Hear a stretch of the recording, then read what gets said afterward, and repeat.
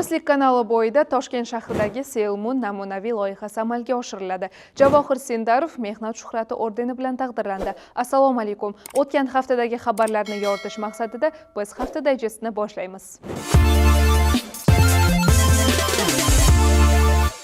Joriy yilning 17 aprel kuni Prezident Shavkat Mirziyoyev ishtirokida Xalqaro shaxmat federatsiyasining nomzodlar turniri g'olibi Javohir Sindarovni taqdirlashga bag'ishlangan tantanali marosim bo'lib o'tdi.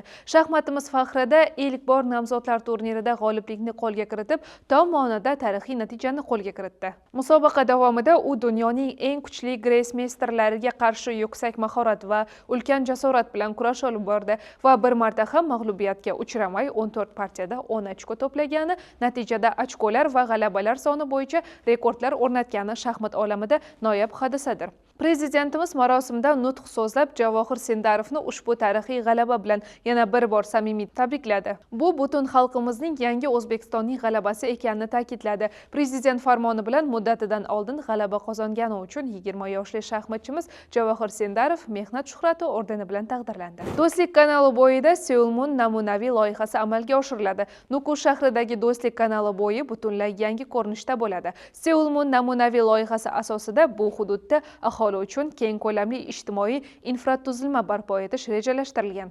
Loyiha doirasida zamonaviy dam olish maskanlari, ochiq havodagi ko'ngilochar maydonlar, piyodalar uchun qulay yo'laklar hamda xizmat ko'rsatish savdo obyektlari barpo etiladi. Ushbu loyihaning amalga oshirish rejasida Do'stlik kanali bo'yi nafaqat poytaxt aholisi, balki shahar mehmonlari uchun ham foizli maskanlardan biriga aylanishi kutilmoqda. Joriy yilning 9-14 aprel kunlari Nukus shahridan jami 36 nafar hokim yordamchilari Andijon, Farg'ona va Namangan viloyatlarida amalga oshirilayotgan ishlar bilan tanishib, tajriba almashish maqsadida ilk bor amaliy safarda bo'ldi.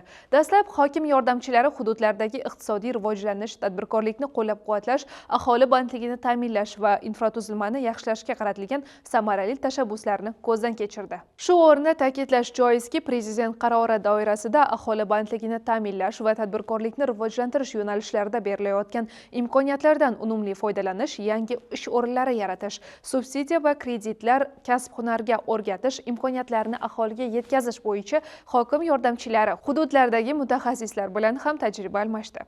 Bu kabi amaliy tashriflar faqatgina Nukus shahri bilan cheklanib qolmay, tumanlardagi hokim o'rinbosarlari va yordamchilari o'rtasida ham o'tkazilishi rejalashtirilmoqda. Prezident qaroriga muvofiq qishloq joylarni barqaror rivojlantirish loyihasi doirasida Nukus tumanida keng ko'lamli ishlar izchil amalga oshirilmoqda. Xususan, tumanning Darsan mahalla fuqarolar yig'ini hududida joylashgan katta ag'ar xo'jaliklar aro kanal ko'prigida rekonstruksiya ishlari muvaffaqiyatli yakunlandi. Ushbu loyiha uchun jami 780 million so'm mablag' yo'naltirildi va Samonboy mahallasida yo'l infratuzilmasi yangilanmoqda. Amalga oshirilgan qurilish, ta'mirlash ishlari natijasida ko'prikning texnik holati to'liq yangilanib, uning mustahkamligi va xavfsizligi sezilarli darajada oshirildi. Kigilida 90 o'rinli bolalar bog'chasi qurilishi boshlandi. Ushbu bog'cha qurilib foydalanishga topshirilgandan keyin Kigili tumanidagi barcha hududlar 100% davlat bolalar bog'chasi bilan ta'minlangan hisoblanadi. Prezidentning maxsus qarori asosida qurilish boshlangan ushbu bog'cha Ko'k-O'zak ovul fuqarolar yig'ini hududidagi